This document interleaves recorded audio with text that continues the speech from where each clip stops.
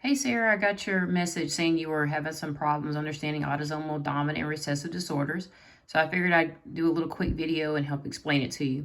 So what I've written up here is some quick notes about autosomal recessive disorders. So what you have to remember is a recessive trait is not as strong as a dominant trait. So if a disorder is recessive, the person has to receive two of those recessive alleles. They'll get one from their mom and one from their dad if that person will actually be sick with the recessive disorder, okay? Because it's a recessive trait, you have to have two. Examples of diseases that are recessive would be sickle cell anemia. Sickle cell anemia affects the hemoglobin gene, and a person's red blood cells have that abnormal shape. Another example of a recessive disorder would be cystic fibrosis. Cystic fibrosis basically is when a person has a buildup of mucus in their lungs. If they don't treat that over the course of their life, then they possibly have a shortened lifespan. At some point, some people with cystic fibrosis may even have lung transplants, okay?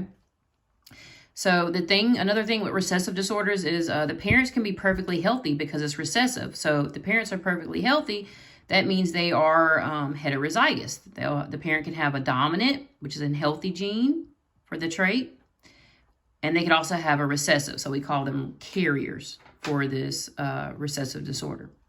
So here's what that would look like on a Punnett square. The capital letter is the healthy version of the gene. The lowercase letter is the recessive disorder, the mutated gene.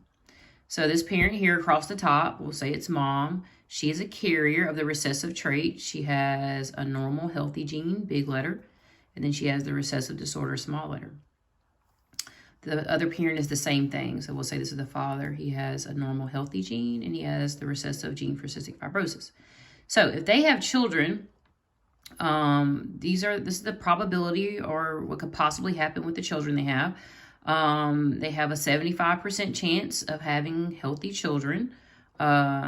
This child here has no chance of passing it down to their children because this child would have two capital letters.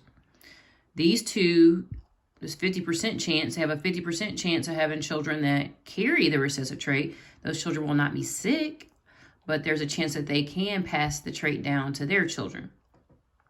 And then you have this 25% chance. So since both parents carry the recessive trait, there is a 25% chance that they could have a child who's actually sick and will battle the symptoms of cystic fibrosis.